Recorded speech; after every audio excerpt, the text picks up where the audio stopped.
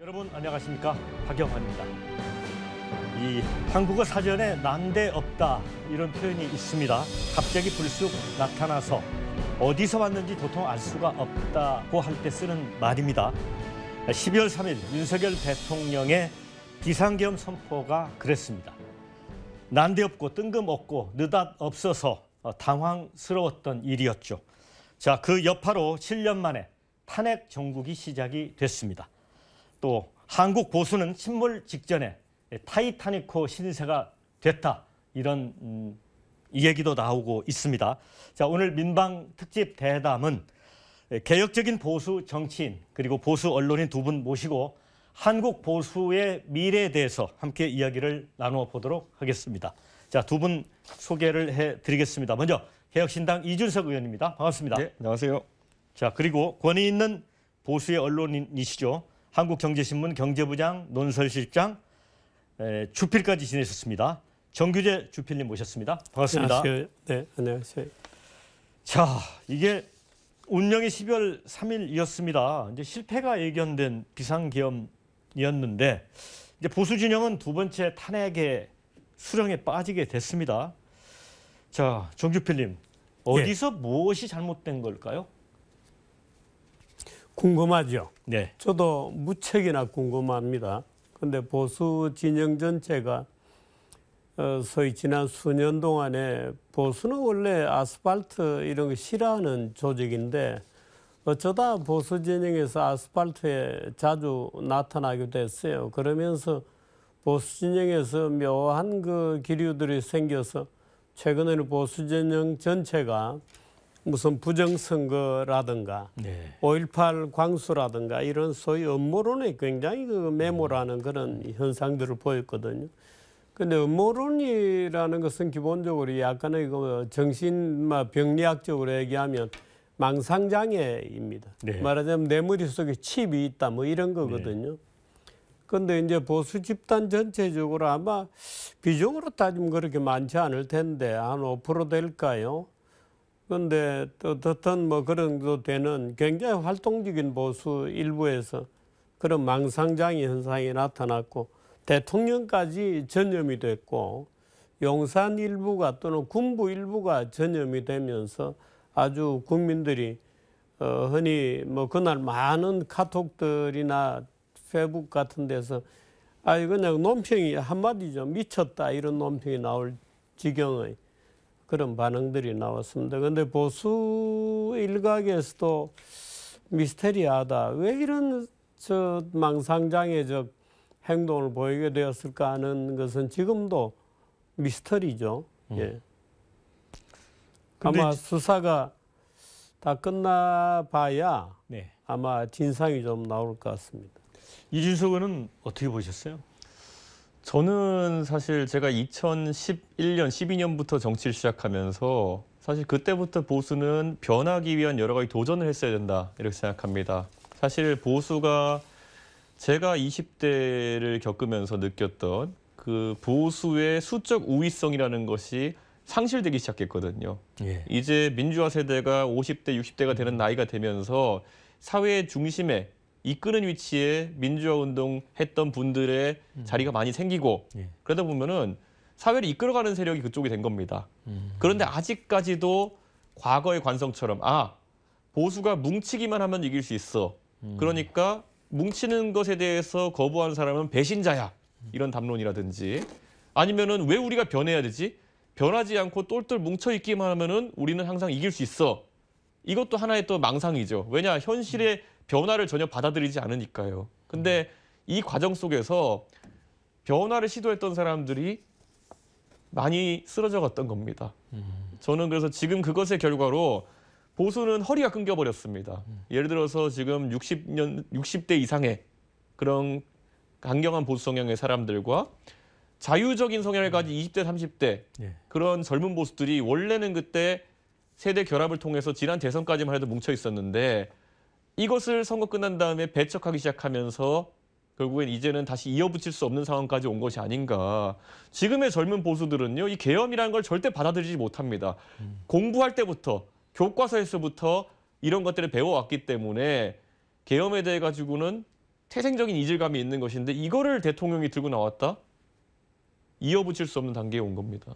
사실은 보수 집단은 보수라고 합니다마는 말하자면 우리나라 민주화 진영에도 어떻게 보면 크게 보면 두 집단이 있죠. 그러니까 강한 종북적, 친북적 성향을 가진 또는 기타 오래된 전통적인 공동체주의적 좌파 성향을 가진 집단들이 있고 그렇습니다. 보수 안에도 사실은 두 집단이 존재해 왔던 겁니다. 그 하나는 안보 중심의 보수 집단이 있고 하나가 이제 사실 이 집단은 굉장히 약합니다만은 소위 서구적 의미의 자유민주주의 또는 아무래도 사회 구성의 원리를 시장주의적으로 인식하고 사회 동력을 시장주의적인 어떤 에너지에서 찾으려고 하는 진화적 관점의 어떤 그 세계관을 가지고 있는 일단의 이 세력은 사실 그렇게 많지는 않아요. 근데 형성되는 과정이었죠.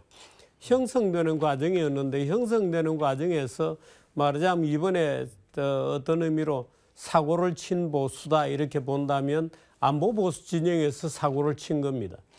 그런데 최근에 그 굉장히 위험한 현상들이 눈에 띄었고 그래서 보수 진영 내부적으로는 굉장한 분열이 일어났습니다. 사실은 이번에 내란적 또는 궁정구 대타적 성격의 군사동원이라는 극단적인 수단을 내놓은 진영 또는 그 진영을 에워싸고 있는 아스팔트 진영 이런 것들은 말하자면 굉장히 안보 보수에 매몰되어 있는 아주 전통적인 그런 보수들입니다. 그런데 불행한 것은 말하자면 보수가 도매금으로 가게 되면 이 자유주의적 보수, 자유민주주의, 말하자면 법치주의를 중시하고 국가 권력은 적을수록 좋다고 생각하는 일단의 소위 국제적 표준에 맞고 말하자면 선진국형의 그런 민주주의를 꿈꾸는 세력들이 입을 수 있는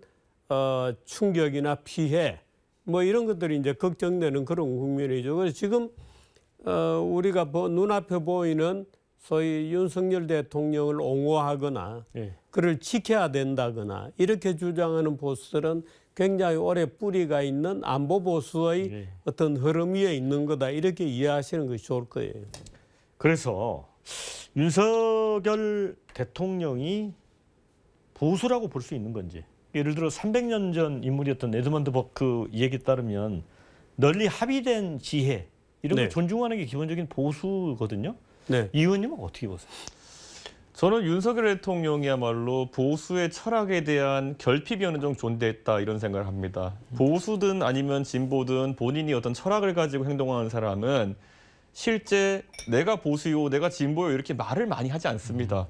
그렇기 때문에 내가 하는 결정 속에서 나의 가치관이나 철학이 드러내 보이게 하는 것이 진정한 그 철학이 내재된 사람들의 삶이지 윤석열 대통령은 우리가 기억하지만 취임사에서부터 본인이 자유 이런 표현을 굉장히 많이 썼습니다. 그렇죠. 그런데 실제 나중에 행동하는 모습에서는 그것이 전혀 반영되지 않은 모습을 보였거든요. 그렇기 때문에 오히려 그런 철학이 내재되지 않았기 때문에 외형적으로 외피해서 계속 그런 것을 드러내 보일 수밖에 없었던 것이고 그게 지금 와가지고는 윤석열 정부 내내 자유로 외쳤지만 자유에 따라서 판단한 건 아무것도 없고 법치를 얘기했지만 법치에 따라서 이루어진 것은 아무것도 없고 이런 괴리가 발생한 것이 아닌가 저는 그런 생각을 하고 실제로 그래서 저는 윤석열 대통령이 지금까지 검사로서 보여준 행보도 사실 일관되지 못한 부분이 굉장히 많거든요. 사실 보시면은 지금 윤석열 대통령이 문제가 되는 가장 큰 지점이 뭐냐면은 박근혜 대통령을 수사하고 이럴 때 굉장히 엄격한 그물코로 대통령의 통치 행위를 재단했습니다. 박근혜 대통령은 사실 친족이 무슨 범죄를 한 것도 아니고 혈연 관계도 없는 최순실 씨의 문제인데 이걸 이제 취재하려다 보니까 공동지감론, 경제 공동체 이런 게 나오지 않았습니까? 근데 그 전까지만 해도 결국에는 노무현 대통령이나 이명박 대통령 형들이 문제 생겼을 때 대통령에게까지 취재하지는 않았었거든요. 김영삼, 김대중 대통령 아들들이 문제됐을 때 그렇게 취재하지는 않았거든요. 근데 본인이 그런 어떤 새로운 장을 만든 다음에 그 엄격한 기준에 따라 가지고 잘 된 적도 있었지만 이제는 본인 대통령 돼가지고 굉장한 대가를 치러야 되는 상황이 온 거거든요. 저는 일관되지 않고 굉장히 그 때때로 본인의 이익에 맞게 행동했던 사람이다. 그런 생각을 합니다. 저는 이제 초기에 윤 대통령이 이제 아버지가 이제 경제학자였잖아요. 그래서 그 밀턴 프리드먼의 선택할 자유 이 책을 구체적으로 얘기를 했고, 그다음에 취임사에서도 자유를 엄청 강조를 했잖아요. 그런데 이번에 이제 국회에 군대를 보낸 거는 그거하고 완전 정반대 아니에요? 그렇습니다. 제가 그 보수 전형의 긴 흐름을 얘기했습니다마는 짧게 보면 우리 사회가 지난 수년 동안에 소위 이념적 문제로 또는 정치적 분쟁으로 두 진영으로 국민들이 찢어져서 말하자면 머리를 뒤밀고 굉장한 말하자면 알력과 분쟁, 항시적 분쟁 상태에 있었는데, 그래서 정치인의 지금은 싸우는 거 비슷하게 됐어요. 근데 사실은 윤석열 대통령의 출현, 이상한 사람들이 애워싸고 그런 정권이 출현하게 된 거죠. 근데 그런 출현에는 사실은 민주당도 굉장히 기여를 한 겁니다. 그러니까 윤석열이라는 사람이 언제 대중의 스타로 떠올랐냐 그러면 문재인 대통령 때거든요. 네. 그러니까 말할 수 없는 폭력적인 검찰권을 휘둘렀죠. 네. 그 검찰은 사실은 검찰이 민주적으로 통제되고 있느냐는 질문을 할 때 그 검찰이 민주적 통제에서 벗어나서 완전히 자의적 권력이 된 게 문재인 대통령 때거든요. 그런데 문재인 대통령이 그런 윤석열 대통령을 오히려 장려하고 프로모션 시키고 그리고 중앙지검장으로 그다음에는 궁극적으로는 검찰총장까지 밀어 올리면서 그에게 엄청난 권력을 실어주었고, 그래서 사법부 파괴, 판사가 무려 15명이나 구속되거나 재판에 걸려 들어갔고 70명이 옷을 벗었고 200명의 전직 고위 관료들이 감옥에 들어가고 1000명 정도가 수사를 받는 그야말로 폭력적인 어떤 그 러시가 일어났던 겁니다. 그런데 그 핵심이 윤석열이라는 분이에요.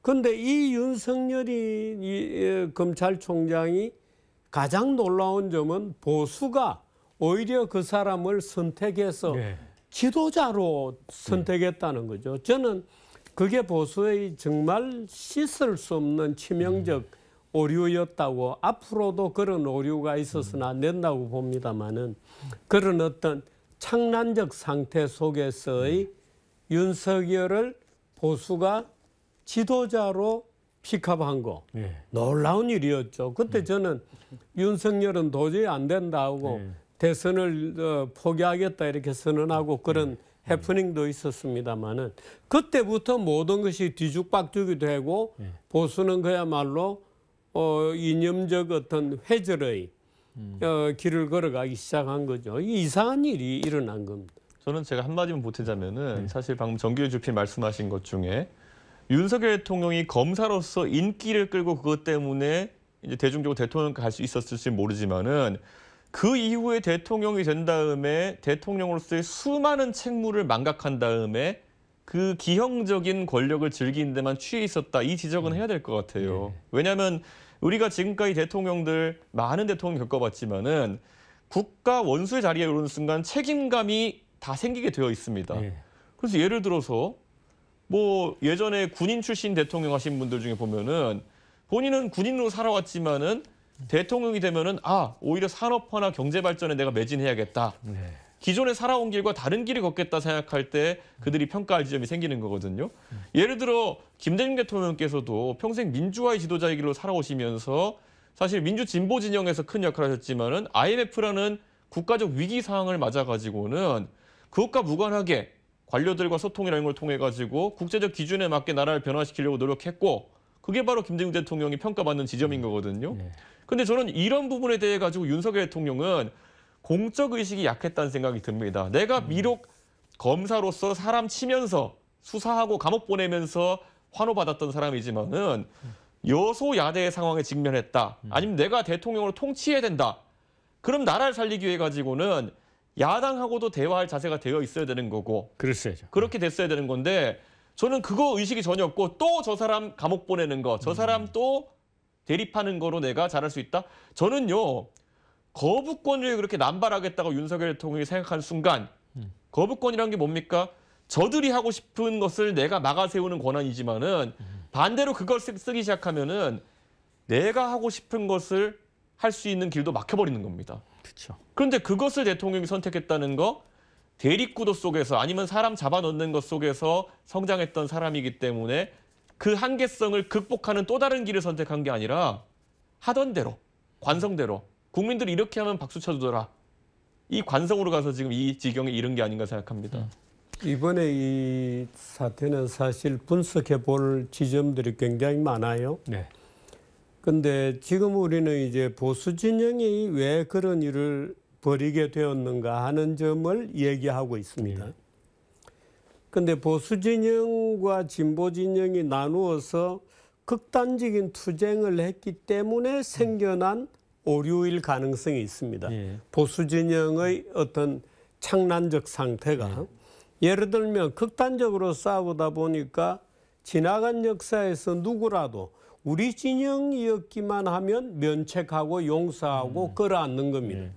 그러니까 이승만 부국 대통령, 박정희 산업화 근대화 대통령에 이어지는 말하자면 전두환 대통령이 최근에 보수 진영에서 놀랍게도 말하자면 전두환의 12.12 같은 것은 구국의 결단이었다고 주장하는 사람들이 굉장히 늘어나기 시작했어요. 이유는 한 가지밖에 없습니다. 말하자면 우리 편이었기 때문에 모든 것은 용서해 준다는 것으로 가는 거죠. 그런데 이게 보수와 진보 간에 굉장히 극렬한 투쟁이 일어났기 때문에 생기는 오해, 일정한 어떤 정신적 흐름인데 진보 진영에도 그 함정에 빠져 있을 가능성이 굉장히 지금 큽니다. 지금은 윤석열 대통령이 뭔가의 말하자면 결정적 실수를 했기 때문에 우리가 눈에 보이는 건 그거밖에 없습니다만은 최근에 그 민주당이 말하자면 이런 상황에서조차도 국힘당을 일방적으로 밀어붙이기만 하고 있거든요. 그러니까 민주당과 그 지지자들도 여전히 투쟁하고 있는 겁니다. 여전히 그 투쟁의 불길을 끄고 있지 않아요. 그러니까 서로 간에 격렬하게 싸우다 보니까 서로가 너무 적대감과 증오와 분노심에 사로잡혀서 서로가 얼마나 원칙으로부터 또는 이념의 본질로부터 멀어지고 있는지를 못 느끼고 있는 겁니다. 그러니까 지금 보수 일각에서 이런 판국에조차도 윤석열을 보호한다는 게 말이 되냐? 그 일반인들은 느끼는데도 보호하고 보호자를 자처하고 나오는 것에는 그런 이유가 있는 거죠. 너희들과 싸우는 동안은 무조건 우리가 이겨야 된다라고 주장하는 겁니다. 굉장히 위험한 상황. 그러니까 이제 극단적인 진영 정치에 이제 저희가 수렁에 이제 빠져 있다고 봐야 될 것 같고요. 그래서 그 이제 국민의 뭐 대다수 이제 70% 이상은 탄핵의 사유가 되고 그다음에 이건 내란이다라고 이제 인식을 하고 있는 것 같습니다. 반면에 국민의힘 지지층은 또 상당히 놀랍게 상당히 그 60%, 70%에 육박한 정도가 내란도 아니고 또 탄핵할 사유도 안 된다는 입장이잖아요. 보수층은 절반 이상이 그렇고. 그래서 이런 부분들 때문에 그런지 몰라도 윤 대통령이 지금 법적인 정치적 책임을 지겠다라고 했다가 또 석동현 변호사 통해서는 이제 군 지휘관들이 검찰에서 했던 수사기관에서 했던 증언을 뒤집고 있잖아요. 이거 내란 아니다. 이거는 어떻게 보세요? 내란이라는 것을 저희가 사실 얼마나 많이 겪어보겠습니까? 그러다 보니까 그 법적 정의에 따라 가지고 이제 해석은 할 기회가 많지 않아요. 그러다 보니까 여기서 특이한 해석을 해서 이제 빠져나가려고 하는 것 같은데 이런 생각이 듭니다. 예전에 2013년, 14년 이럴 때 통합진보당을 해산할 때 그때 이석기 전 의원이 이제 내란 음모를 했다고 해서 이제 잡혀갔거든요. 그때 그런데 내란 음모가 뭐였냐면은 이게 그 당시 통진당 세력이 정부를 전복시키기 위해서 뭐 강연회 같은 데서 뭐 압력밥솥으로 폭탄을 만들고 이런 것에 대한 얘기를 했다는 것만으로 이제 수사가 돼가지고 그렇게 처벌이 된 건데 그만큼 내란이라는 것은 국가 질서를 크게 해할 수 있기 때문에 매우 아주 작은 것도 심각하게 다루는 겁니다. 그게 이제 과거에 황교안 법무부 장관 시절에 적용했던 정의거든요. 그럼 지금 와가지고 이거는 군 경이 동원되고 그리고 대한민국 국민들이 전부 다 그게 이루어지는 과정을 목도하고 저만 해도 국회에서 국회의원이 국회에 진입하려고 하는데 그것을 경찰이 막아 세우는 경험을 한 사람입니다. 예. 그럼 저한테 이것이 과연 국헌을 무너뜨리는 헌법 질서를 무너뜨리는 그런 행동이 아니었다라고 주장한다면은 저는 거기에 대해서 다른 주장을 할 수밖에 없거든요. 근데 저는 이런 식으로 대통령께서 지금 만약에 이런 눈 가리고 아웅식의 대응을 한다고 하면요.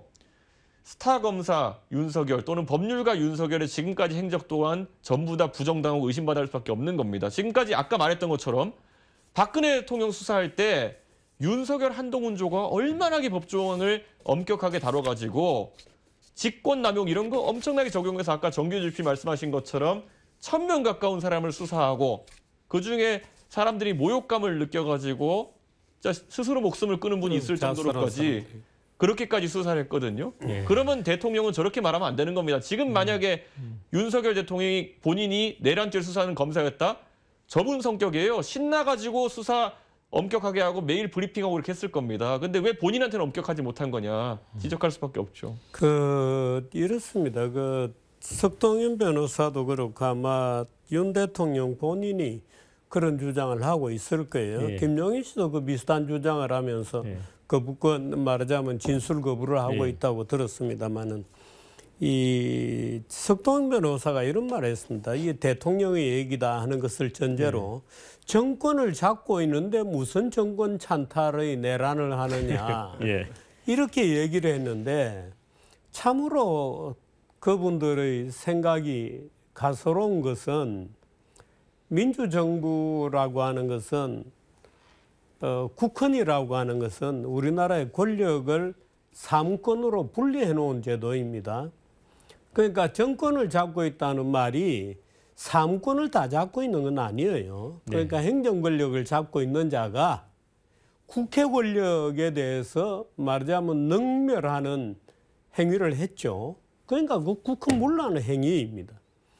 그런데 전쟁이나 사변에 준하는 행위인 경우에는 통치권적으로 용서가 되지만 전쟁이나 사변에 해당하는 상황이 아니었기 때문에 그 노골적으로 말하자면 입법권 또는 사법권을 능멸한 국헌문란에 명백하게 해당하는 행위죠.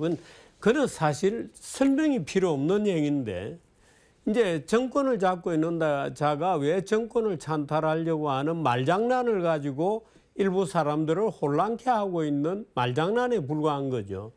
그러니까 입법 권력을 잡고 있는 자가 사법 권력 또는 행정 권력이 입법 권력을 완전히 무력화를 시도하는 또 행동에 옮겼던 내란적 행위이면 뭐 명백하다고 봐야 됩니다. 그런데 그걸 부정하게 되면 그야말로 우리나라의 뭐 대통령이라는 게 총칼 들고 나와서 남한테 칼 들고 말하자면 깡패가 칼 휘두르다가 내려놓고 장난으로 그랬어. 아니면 말고 이런 식의 얘기를 한다는 건 참 어처구니가 없는 주장들이죠. 이제 이번이 이제 세 번째 이제 탄핵 절차라고 볼 수 있잖아요. 노무현, 박근혜. 근데 이제 두 분은 사실은 이제 탄핵 관련 서류 송달하자마자 수령을 했는데 이 역시도 이제 직무정지된 윤석열 대통령은 또 거부하고 있고 공조 이제 수사본부의 소환에도 그것도 이제 받지 않고 있잖아요. 그러면서 체포의 채자도 꺼낸 적이 없다. 또 이런 진술까지 주장까지 흘러나옵니다. 물론 그 이제 특전사령관이 직접 끌어내라는 지시를 받았다는 진술도 있고 또 이동하는 과정에 직접 전화도 했다는 거 아니겠습니까? 그런데 이것들이 어떤 탄핵과 별개로 내란죄 혐의에서는 벗어나겠다는 어떤 전략이랄까요? 나름의 그런 데서 기인한 건지 도대체 이해할 수 없다 이런 사람들이 많아요. 왜 그럴까요? 그런데 사실은 이 사건은 명백합니다. 그 국민들이 그 현장을 생중계로 봤기 때문에 생중계로 본 장면만으로도 이미 충분히 법률적 증거들은 다 말하자면 채집이라고 할까 채정이 이미 완료된 단계고. 네, 그러니까 그 부분은 다 동의하는데 왜 그래도 이런 주장을 하는 것일까요? 그 주장을 저는 그야말로 궁지에 몰린 사람들이 해보는 거죠. 그거는 수사기관에 가서 그런 주장을 아마 앞으로도 하게 될 것 같은데 아마 지금 뭐 또 이제 오늘부터는 또 수사 방향이 조금 뭐 외환제 뭐 내란도 좀 복잡해지고 이렇습니다만은 말하자면 대북 관계에서도 여러 가지 문제를 일으키려고 했을 가능성이 크죠. 말하자면 평양에 드론이 말하자면 정체불명의 드론이 얼마 전에 날아가고 했던 사건이 있습니다만은 그런 사건들도 이와 관련된 어떤 것일 가능성이 있고 또 우크라이나 북한의 참전과 관련해서 용산이 유별나게 흥분해서 우리도 마치 그 사건에 무언가를 가지고 참전을 해야 되는 것 같이 분위기를 잡고 그때 제가 급한 나머지 그야말로 뭐 참 일반적인 그런 용어까지 써가면서 경거망동하지 마라 뭐 이런 얘기까지 써가면서 방송을 많이 했습니다마는 그때 용산이 굉장히 비정상적으로 흥분하고 있었거든요. 우크라이나에 북한이 군대를 보내고 나서 용산이 보인 반응이라는 것이 굉장히 흥분했습니다. 그래서 그런 것들이 다 연결이 되어 있는 것이다는 저 나름대로 약간 걱정이 돼요. 그렇게 되면 그야말로 이 사건은 일종의 참 어린애들에게 대한민국 국권을 맡기거나 또는 정신병자에게 대한민국 국권을 맡겨놓고 있었던 굉장히 위험한 어떤 결론들이 나올 가능성이 있죠. 저는 참 걱정됩니다. 제가 지금까지 대통령에 대해서 계속 경고해온 것들을 보면은 우리 국민들이 잘 아는 인물들에 비유해가지고 제가 이렇게 표현한 적이 있습니다. 그래서 이번에 계엄을 하는 절차 자체를 보면은 거의 돈키호테에 가까운 게 맞지요. 그러니까 망상에 휩싸여가지고 계엄을 시작했으니까요. 근데 그 앞에 제가 또 묘사했던 것들을 반추해 보면은 결국에는 벌거숭이 임금님. 잘한다 잘한다 주변에서 계속 박수치는 사람들이 있었는데 사실은 자기는 벌거숭이였던 거. 이것도 이제 주변 관리에 문제가 있었지만은 저는 지금 상황에서의 대통령의 심리를 가장 잘 보여주는 거는 역시나 우리들의 일그러진 영웅의 엄석대가 아닌가 이런 생각을 합니다. 지금까지는 지금 그런 말도 안 되는 변명을 하고 있는 거 방금 진행자께서 말씀하신 그런 우리 국민이 빤히 봤는데도 변명하는 이유가 본인이 아직까지 엄석대로서의 질서를 유지하고 있다 생각하는 거예요. 다 지금 증언하는 군 관계자들 이런 사람들이 내 부하들인데 저 사람들이 나한테 불리한 증언을 하겠어? 예전에 내가 그 사람들이랑 술도 마시고 다 이렇게 하면서 질서를 잡아놨는데 그런데 이미 이제 모르는 거는 엄석대 질서는 무너진 겁니다. 그렇기 때문에 엄석대 관련해서 그 우리들 일그러진 영화 보면요. 나중에 가면 모든 학생들이 새로운 담임 선생님한테 제가 이랬어요. 제가 저랬어요. 다 이제 증언하는 단계가 들어오는 거거든요. 그 단계에 들어왔는데 아직까지도 본인은 엄석대의 원래 모습이라고 착각하고 이런 말도 안 되는 변명을 하는 단계거든요. 저는 그래서 이게 결국 정권 말적인 그리고 본인도 이제 미몽에서 깨어나가지고 현실을 직시하기 시작하면서부터 더 이제 심리적으로 무너질 상황이 올 것이다 이렇게 생각합니다. 자, 이제 국민의힘도 사실은 윤석열 대통령의 개인적인 일탈과 무관하게 집권 여당으로서 책임을 크게 통감을 해야 되는 거 아니겠습니까? 그런데 최근에 이제 움직임을 보면 오히려 이제 탄핵에 찬성하고 중간에 이제 계엄령 해제에 표결에 참여했던 한동훈 대표를 비롯한 이제 그 한동훈 계보 의원과 달리 반대쪽에 있는 사람들에 의해서 이제 쫓겨나 버렸잖아요. 네. 이런 흐름으로 간다면 이게 바람직합니까, 주필님? 어떻게 보세요? 저는 사실 이번에 방금 언급하신 한동훈 대표 같은 네. 경우에는 초기에 그런 계엄 반대하는 모습에 비해 가지고 중간에 다소 이제 우왕좌왕하는 모습이 보였기 때문에 좀 기세가 꺾였다 이런 생각을 하고요. 근데 그 안에서는 제 생각에 이거는요 국헌문란이라는 아까 우리가 전제를 깔았기 때문에 정치인은 여기서 옳고 그름을 쫓아다녀야 됩니다. 네. 옳고 그름에 따라 무엇이 옳은가 그른가에 대한 대한민국 국민으로서 또는 정치인으로서의 그런 고독한 판단들이 필요한 거였는데 중간에 제 생각에는 국민의힘 인사들이 유불리를 따지기 시작한 것 같습니다. 유불리. 그래서 이 상황에 절대 나오면 안 돼 쓰는 말이 뭐냐면은 이렇게 하면 이재명 대표한테 유리하니까 안 돼. 이재명을 막아야 돼. 이런 말은 사실 이 중간 상황에서 나오거나 아니면 의사 판단에 개입하면 안 되는 겁니다. 왜냐? 지금까지는 이재명 대표에 대해 가지고 여러 가지 지적도 하고 하면서 당연히 여야 간의 대립 속에서 그런 메시지가 나올 수 있었지만은 지금은 윤석열 대통령이 나라를 무너뜨리려고 하는 실수를 한 상황이었기 때문에 이거는 절대 옹호해서도 안 되는 것이고 민주주의자라면 옹호해서는 안 되는 것이고 비교하면 안 되는 겁니다. 그렇죠. 내란이나 외환에 비할 만한 허물이라는 거는 제 생각에 존재하지 않습니다. 이재명 대표가 뭐 가족이 무슨 뭐 초밥을 사 먹 이런 거 지금 꺼내면은 안 되는 비교도 안 되는 대상이거든요. 그럼 지금 국민의힘의 정치인들은 이 와중에서도 본인들이 정권을 유지하고 아니면 개인이 어떻게 하면은 유리한 위치에 설까 이런 걸 따지는 겁니다. 저도 개혁신당이 범야권 정당이지만 한편으로는 범보수 정당이기 때문에 여기에서 또다시 범보수 정당에서 범보수권에서 뭐 또 배신자 삼론이 나올 수도 있고 뭐 진영적인 관점에서 저희를 비난하는 여론이 나올 수도 있지만은 개혁신당과 그래도 저 이준석은 이거는 헌법 가치를 놓고 거기에 따라서만 판단한 것이지 다른 걸 하겠다는 생각 안 했거든요. 저는 이번에 국민의힘 거기 당과 그 개별 구성원들은 말 그대로 소탐대실하고 있는 거다. 저는 그런 생각합니다. 민주주의가 먼저 있어야지 그 다음에 개인의 유불리가 있는 거고 국민의힘이라는 당의 유불리가 있는 것이지 어떻게 국헌문란 앞에서 다른 판단할 수 있습니까? 저는 굉장히 이번에 큰 실수했다고 생각합니다. 예, 근데 뭐 실수는 실수입니다. 근데 저는 그 실수가 국힘당 안에 오랫동안 흘러왔던 어떤 그 본성이라고나 할까요? 또는 기질이라고나 할까?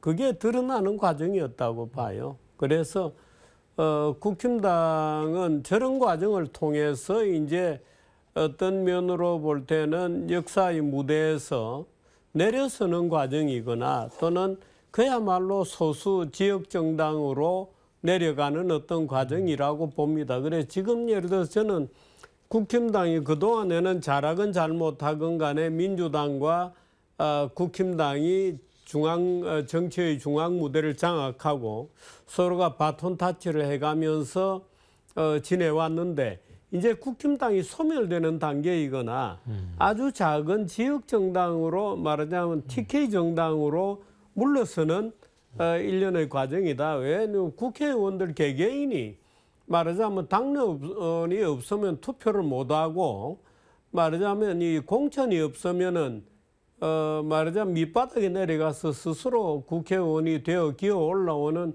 파이팅 정신이 없는 분들이다.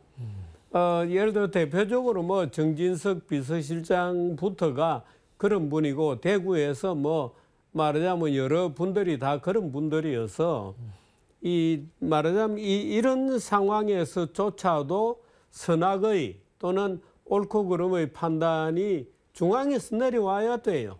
자기 스스로 그런 판단을 못하는 사람들입니다. 자기 스스로 말하자면 옳고 그름을 판단했을 경우에 닥치는 불이익에 너무 민감하게 평생을 훈련해 온 사람들이기 때문에 굉장히 이 모욕적인 얘기입니다마는 그런 분들이기 때문에 자연히 그런 행동을 보인다고 저는 봐요. 이제 그렇게 되면 결과적으로는 말하자면 지역 정당으로 내려서는 역사적 어떤 전환점의 한쪽으로 들어선 거죠. 네. 이 와중에 나름 이제 가장 바쁘신 분이 이제 홍준표 대구시장 같습니다. 뭐 내란은 아니다 이런 주장을 또 펴면서 동시에 용병설을 꺼냈습니다. 그러니까 윤석열이 용병 아니었냐? 한동훈도 용병이었고 용병 둘이 제거됐으니까 우리 다시 시작하면 된다. 이거는 어떻게 보세요? 그 주장에는 일견 타당한 점이 있으면서도 우리가 용병이라고 하는 것은 사실 우리가 그 개인을 검증하지도 못하고 사실 아주 높은 지위에 둘 다 올렸던 것이 사실이고요. 그리고 또 한편으로는 홍준표 시장은 본인이 보수의 본류다라는 것을 주장하고 싶기 때문에 그런 말씀하시는 걸 보입니다. 하지만 우리가 기억해봐야 될 거는 아까 우리 주필께서 말씀하신 것처럼 보수라는 건 절대 불변하는 조직이 아닙니다. 그렇죠. 결국에는 예전에는 산업화 세력으로 또 그리고 문민정부 시절에는 민주화 세력이 또 주류가 되고 박근혜 정부 시절에는 복지를 얘기하고 뭐 이러면서 탈바꿈해가는 조직인데 결국에는 홍준표 시장이 이야기하는 본류라고 하는 본인이 대표하고 싶은 보수가 어느 정도의 확장성을 가질 것이냐. 그리고 지금 생각해보면요. 2012년에 국회의원 선거에서 박근혜 비대위원장이 이끄는 보수가 승리한 이후로 그 다음에는 2021년, 2022년에 김종인, 이준석 체제 하에서의 보수 외에는 선거를 전국 단위에서 이겨본 적이 없습니다. 그렇다면 홍준표 시장이 과연 지금 하려고 하는 그럼 용병들을 제거하고 나서 하려고 하는 보수의 정치가 2018년 이럴 때 그때 홍준표 대표가 지휘했던 지방선거는 결과가 좋지 못했거든요. 그런 보수인지 아니면 탈바꿈한 보수인지 그런 것 자체가 좀 모호한 지점이 있다. 과거로 돌아가려는 관성이 동작하게 되면은 그것도 약간 확장성이 떨어지는 보수가 아닐까. 저는 그런 생각하면서 지켜봅니다.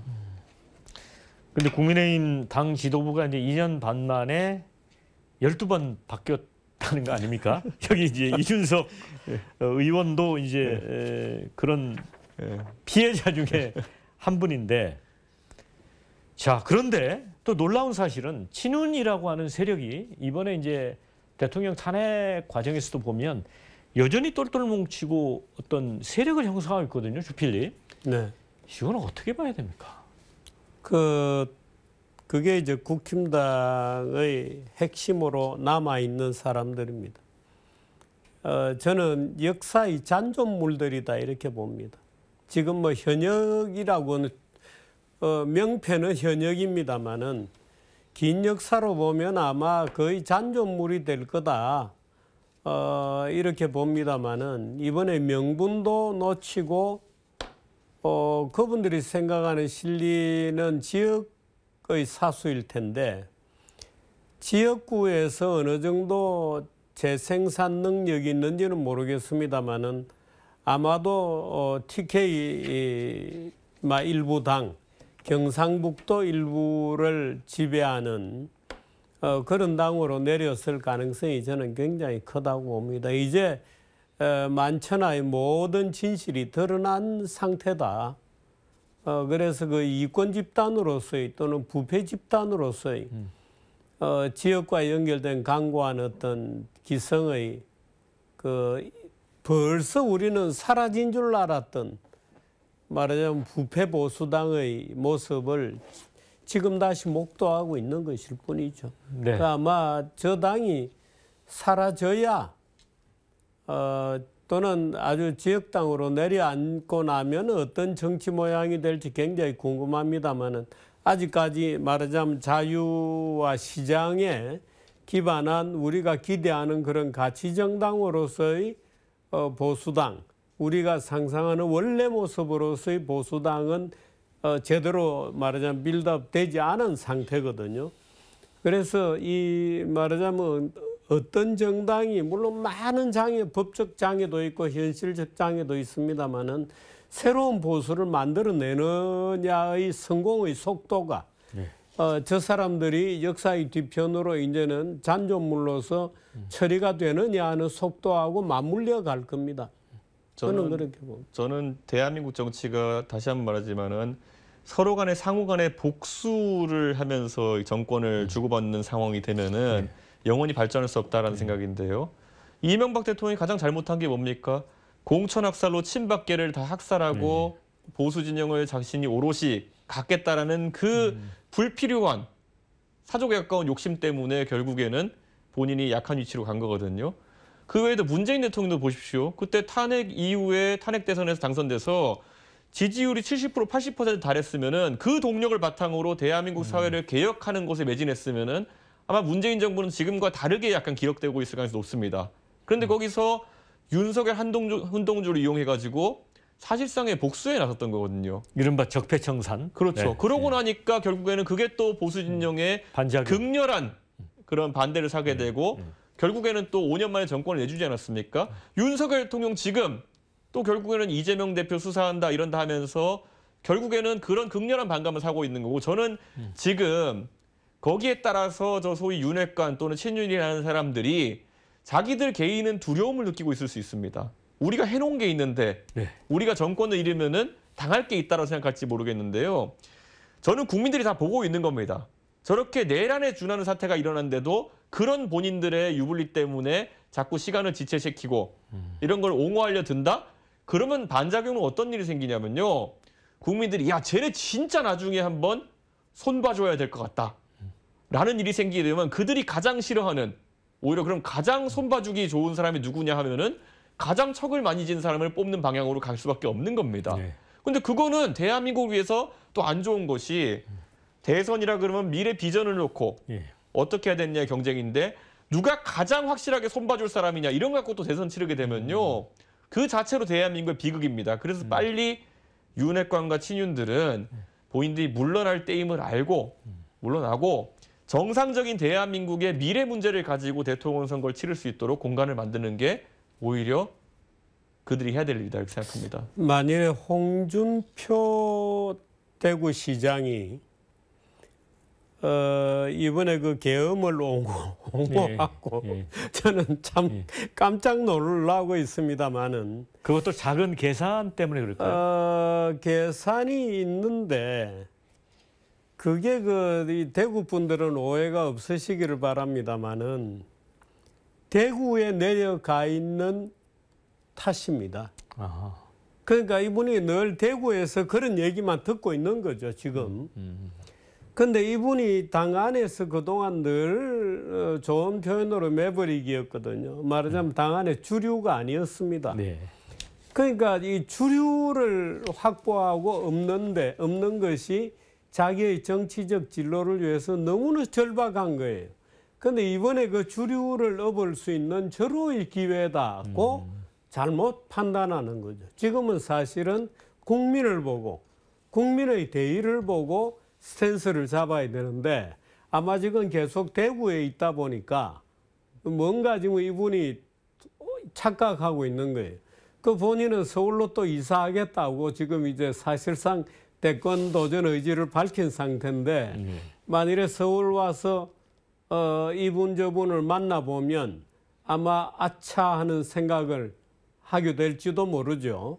네, 저는 만일에 뒤늦게라도 깨달으면 모르겠습니다만은 잘못된 노선 지금과 같은 스탠스를 계속 취할 경우에 역시 역사의 물결에 같이 흘러가게 될 거다 이렇게 봅니다. 네.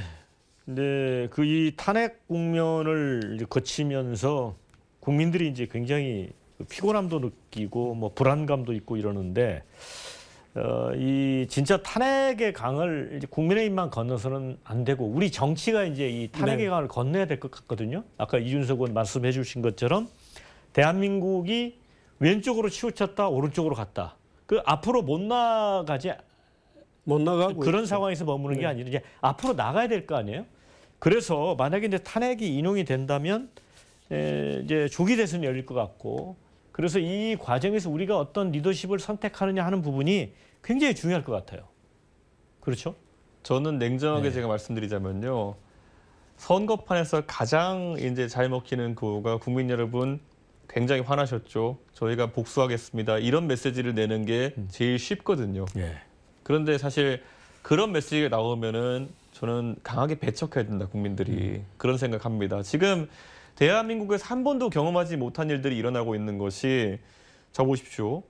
예를 들어 여수에 있는 화학단지에 있는 기업들이 힘들어하는 날이 올 거라고 누가 예상했겠습니까? 포항에 있는 철강 공장이 쇳물 생산을 줄여야 되는 상황이 올 거라고 누가 생각했습니까?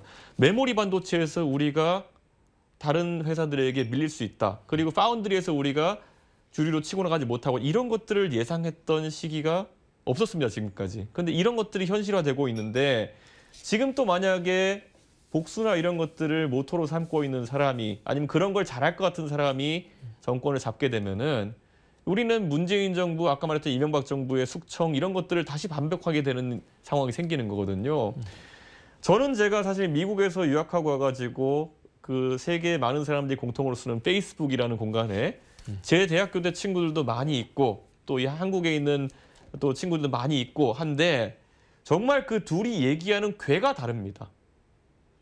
해외에 있는 친구들 같은 경우에 뭐 미국인이고 이런 친구들은 산업을 고민하고 기술의 발전을 고민하고 다 제 친구들인데, 그런데 한국 친구들은 누구보다 정치에 관심이 많은데 그중에서 말초적인 누가 선하고 누가 악한가를 가지고 계속 대립하는 모습 보입니다. 저는 우리가 결코 그런 글로벌한 분위기에서 동떨어진 분위기에서 정치가 흘러가서 안 된다, 그런 생각입니다. 저도 공부할 때요, 저도 글로벌 경쟁 속에서 우리나라를 대표해가지고 뭔가 멋진 정치를 해보고 싶어서 제가 정치에 들어와 있는 거지, 제가 무슨 누구를 평가하고 국내에서 선악을 가리고 이런 거는 제가 잘할 수도 있지만 하고 싶은 게 아니었거든요. 그런데 이런 정치 환경이 강제되는 것이 더 지속돼서는 안 됩니다. 이제 저는 정치에 이런 세대 교체가 일어난다는 보는데, 이건 지금까지 우리 정치의 관성 속에서 민주화다 이런 아젠다가 있을 때는 사실 선악이 있는 거 아닙니까? 예. 독재는 악이고 민주화를 하려는 사람은 선이기 때문에 이런 게 가능했다면은 이제는 바뀌어야 됩니다.